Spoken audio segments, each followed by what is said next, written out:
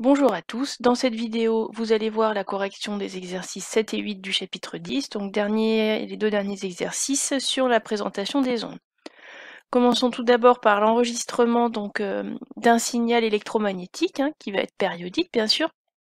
On a pu enregistrer à l'aide d'une centrale d'acquisition type lattice que vous utilisez en classe. On vous demande tout d'abord de déterminer la période de ce signal. Alors, je ne vais pas partir de 0 parce que je ne sais pas exactement à quel endroit je suis, si j'ai vraiment le maxima ou pas. Donc j'ai choisi de relever ici un minima. Et je vais prendre qu'une seule période parce que c'est difficile d'en avoir plus sur ce graphique, puisqu'on ne sait pas là si vraiment on a atteint le maximum, là aussi. Donc on peut prendre qu'une seule période. Donc entre ces deux points, ici je vais avoir une période t. Donc je relève les abscisses des points, j'ai 1,1 nanoseconde. On a bien vérifié au départ qu'on était bien en temps. Sinon, si c'était en mètres, c'était une longueur d'onde. Donc là, c'est bien en secondes, donc on est bien en temps. Et ici, 3,4 nanosecondes. Je fais la soustraction.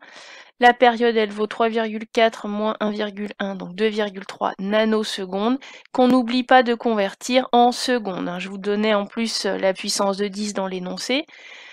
Une nanoseconde, c'est 1 fois 10 exposant moins 9 secondes. J'ai la période. Par la suite, je vous demandais classiquement de calculer la longueur d'onde. Donc on va reprendre la formule qu'on connaît. La formule de la vitesse, c'est la longueur d'onde sur la période. Je vous rappelle que la longueur d'onde, c'est la distance parcourue pendant une période. Je vous rappelle les unités, longueur d'onde en mètres, période en secondes, vitesse en mètres par seconde.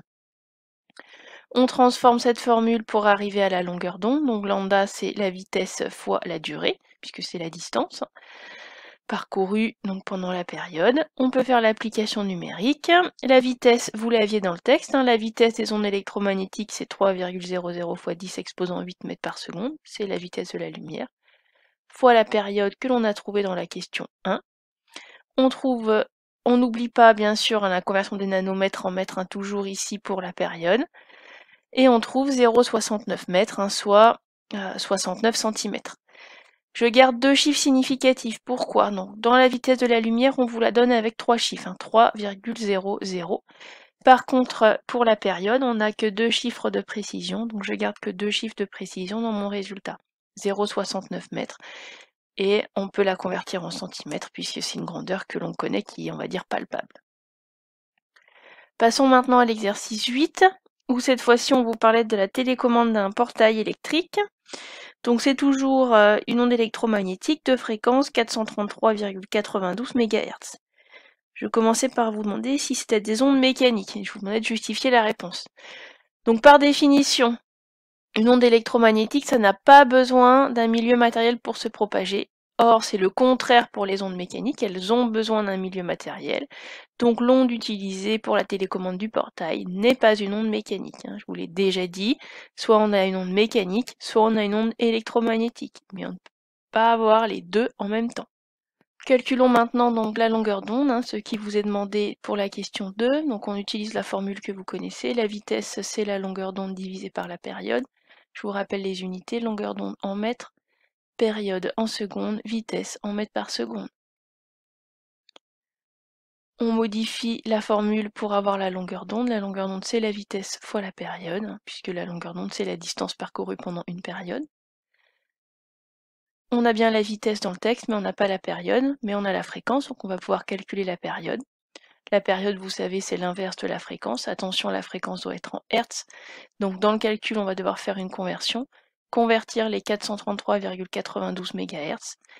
Et je vous disais dans l'énoncé, dans les données, que 1 MHz, c'est 1 fois 10 exposant 6 Hz. Vous faites le calcul et vous trouvez 2,3046 10 exposant moins 9 secondes. Pourquoi je garde autant de chiffres ici? 1, 2, 3, 4, 5 chiffres significatifs dans le résultat. Parce que si vous regardez la fréquence, elle est connue avec 1, 2, 3, 4, 5 chiffres. Donc autant de chiffres significatifs dans le résultat que dans la donnée qui en comporte le moins. Et ici, ma seule donnée, c'est la fréquence. On peut maintenant calculer la longueur d'onde. Donc la vitesse, elle est donnée dans l'énoncé, 3,00 fois 10 exposant 8 mètres par seconde.